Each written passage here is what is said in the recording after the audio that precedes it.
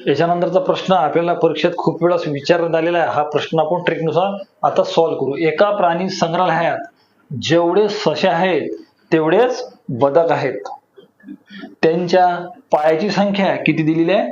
108 आहे. तर आपल्याला काय विचारलं? ससे आणि बदक किती? आपल्याला काय काढायचं आहे? ससे आणि बदक. आपल्याला पाय दिलेले आहेत, एकूण त्यांची संख्या दिलेली आहे आणि आपल्याला ससे व बदक काढायचे आहेत. मग आपण ट्रिकनुसार सॉल्व्ह करू.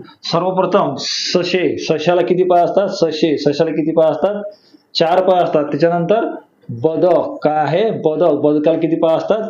2 पाय असतात. मग लक्षात ठेवायचं की 108 भागीला 4 आणि 2 6 दोन्ही पायाची संख्या म्हणजे आपल्याला डोके मिळून जाईल. 6 1 6 6 1 6 हातचे उरले 4 6 1 6 6 8 48 6 8 48 म्हणजेच आपल्याला काय मिळाले? हे मिळाले आपल्याला सशे मिळाले. काय मिळाले?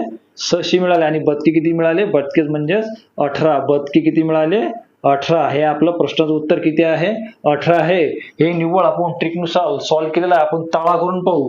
काय करून पाहू? ताळा करून पाहू. 4 गुणिले 18 आणि 2 गुणिले 18. 4 गुणिले जर 18 केलं तर आपल्याला किती येते? 72 आणि 36 दोघांची जर बेरीज केली तर किती येते? 108. म्हणजे आपलं उत्तर किती आहे?